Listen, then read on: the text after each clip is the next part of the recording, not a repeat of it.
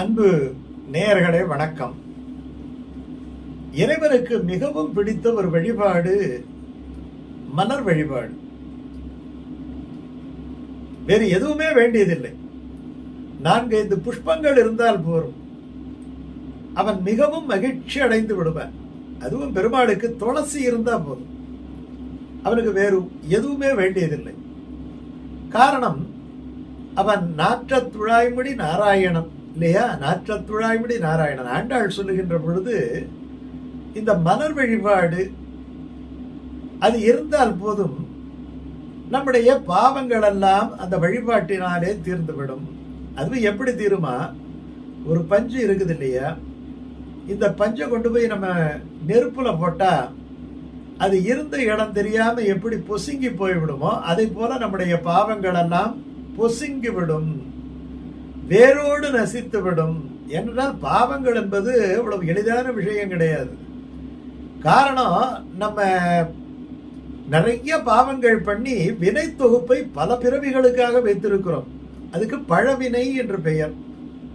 அந்த பழவினை என்பது நுகர்வினையை நாம் ஏதாவது ஒரு விதத்திலே அனுபவித்து கழித்து விட்டாலும் கூட இந்த பழவினைகள் மறுபடியும் நம்மை பிறவியிலே தள்ளும்.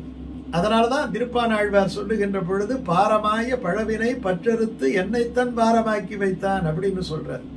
இது கார்த்திகை மாதம் இல்லையா? அவருடைய பாடல் நமக்கு நினைவுக்கு வரணும் இல்லையா? இந்த ஆண்டாள் ஒரு அழகா சொல்றார், இந்த பாவத்தை நீக்கிக் கொள்வதற்கு வேறு எதுவுமே வேண்டியதில்லை, புஷ்பங்கள் போரும். அதனாலதான் பெரியாழ்வாரா இருக்கட்டும், தொண்டரடிப்புடி ஆழ்வாரா இருக்கட்டும், ஆண்டாளா இருக்கட்டும், இவங்க எல்லாமே ஒரு நந்தவனம் வைத்து நறுமணமிக்க மலர்களை கொண்டு இறைவனுக்கு வழிபாடு செய்தார்கள். இறைவன் மகிழ்ந்தான். ஆண்டாள் சொல்லும்போது சொல்ற ஒரு பாசுரம், தினசரி இந்த பாசுரத்தை சொன்னாலே நம்ம மலர் வழிபாடு செய்ததனுடைய பலனை அடைந்து விடலாம். மாயனை மண்ணு வடமதுரை மைந்தனை தூய பெருநீர் அமுனை துறைவனை ஆயர் குலத்தினில் தோன்றும் அணிவிளக்கை தாயை குடல் விளக்கம் செய்த தாமோதரனை தூயோமாய் வந்து நாம் தூமலர் தூவி தொழுது வாயினால் பாடி மனத்தினால் சிந்திக்க போய பிழையும் புகுதருவான் இன்றனவும் தீயினில் தூசாகும் செப்பு. அழகான பாட்டு பாருங்க. எப்படி வரணுமா? தூயோமாய் வந்து, தூமலர் தூவி தொழுது, மலர்களை தூவ வேண்டும். இப்போ ராமானுஜர் என்ன பண்ணாரு? திருவாய்மொழி பாடம் எடுத்துக்கிட்டு இருக்கிறார். ரொம்ப அற்புதமான பாசுரம். தினசரி நம்ம பூஜை அறையிலே சொல்ல வேண்டிய ஒரு பாசுரம். திருவேங்கடவனுடைய திருவுருள் கிடைப்பதற்கான ஒரு பாசுரம். இந்த ஒழிவில் காலமெல்லாம் உடனாய் மன்னி அப்படிங்கிற அந்த திருவாய்மொழியை சொல்லிக்கொண்டே வருகின்ற பொழுது அதுல ஒரு பாசுரம், எந்தை தந்தை தந்தை தந்தை தந்தைக்கும் முந்தை வானவர் வானவர் கோனொடும் சிந்துபூ மகிழும் திருவேங்கடத்து அந்தமில் புகழ்க்கு ஆரெழில் அண்ணாலே. அற்புதமான பாட்டு பாருங்க. எந்தை தந்தை தந்தை தந்தை தந்தைக்கும் முந்தை என்கிற. எந்தை, எந்தைனா என்னுடைய அப்பா, தந்தை என்னுடைய அப்பாவுக்கு அப்பா, தந்தை அவருக்கு அப்பா, தந்தை அவருக்கு அப்பா, தந்தைக்கும் அவருக்கு அப்பா, முந்தை அவருக்கு முன்னவராக இருக்கக்கூடியவர். அப்ப எந்தை தந்தை தந்தை தந்தை தந்தைக்கும் முந்தை 6 ஆச்சா? சொல்றது யாரு? ஆழ்வார் சொல்றார். அப்ப ஆழ்வாரோட சேர்த்தா 7 தலைமுறை. இந்த 7 தலைமுறையும் உனக்கே நாம் ஆட்சேபோம், எற்றைக்கும் 7 பிறவிக்கும் இல்லையா? எந்தை தந்தை தம் மூத்தப்பன் 7 வழிகால் தொடங்கி வந்து வழி வழி ஆட்சேகின்றோம் என்று பெரியாழ்வார் சொன்னார் இல்லையா? அது எங்க எப்படி ஆட்சேயணுங்கிறாரு. வானவர் கோனோடும் சிந்து பூ மகிழும் திருவேங்கடத்து. சிந்து பூ மகிழுமா? பூ சிந்தி மகிழும். நிறைய புஷ்பங்கள் நீங்க இப்ப கூட பார்க்கலாம். இந்த பிரம்மோற்சவத்துக்கெல்லாம் போயிட்டோம்னா அந்த கோயிலே புஷ்பங்களால அலங்காரம் பண்ணி இருக்கும்.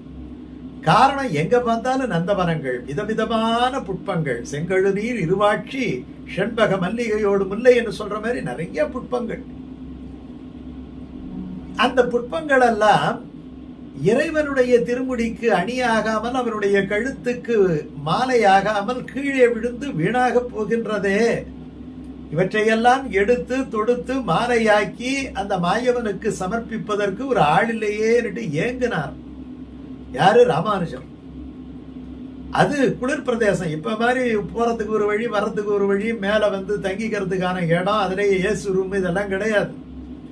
காடு, போற வழியே காட்டுப்பாதை, நிறைய மரங்கள், போவதற்கான வழிகள் கிடையாது, படிகள் கிடையாது, கல்லும் முள்ளும் தான் தாண்டி தாண்டி போகணும். அங்க போய் கைங்கரியை யாரு பண்ணுவா? ரெண்டு இழப்பு.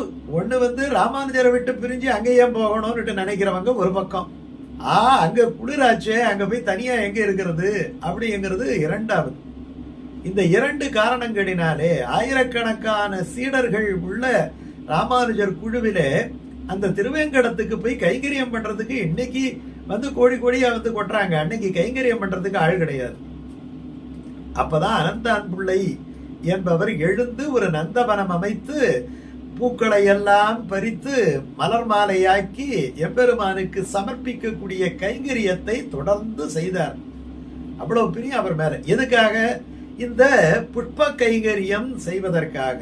அவன் என்ன அர்த்தம் என்ன சொன்னா, ஒவ்வொரு நாள் பூஜையிலும் மணமிக்க மலர்களையும் துழாய், அதாவது திருத்துழாயையும் கொண்டு இறைவனுக்கு பூஜை செய்தால் அவன் எல்லையற்ற மகிழ்ச்சியை அடைவான். அந்த எம்பெருமானுடைய மகிழ்ச்சிக்காகத்தான் பூஜை. அவனுடைய முகப்புத்தான் புண்ணியம் என்பது. புண்ணியம் யாமுடையோம். அந்த புண்ணியம் என்பது என்ன? எம்பெருமானுக்கு செய்கின்ற தொண்டு. அந்த தொண்டிலேயே சிறந்த தொண்டு எது?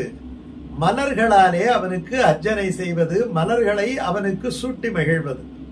நீங்க ஏதாவது ஒரு புஷ்பத்தை அந்த எம்பெருமானுக்கு தினமும் ஒரே ஒரு புஷ்பத்தை உங்கள் கையால பறிச்சு அவனுடைய திருவடிகளிலே எந்தை தந்தை தந்தை தந்தை தந்தைக்கு முந்தை வானவர் வானவர்கோனோடும் வானவர்கோனோடும் சிந்துபூ மகிழும் திருவேங்கடத்து அந்தமில் புகழ்க்கு ஆறெழில் அண்ணாரே, இந்த பாசரத்தை சொல்லி ஒரு புஷ்பத்தை சமர்ப்பித்து விட்டால் எம்பெருமான் அத்தனை சந்தோஷப்படுவான்.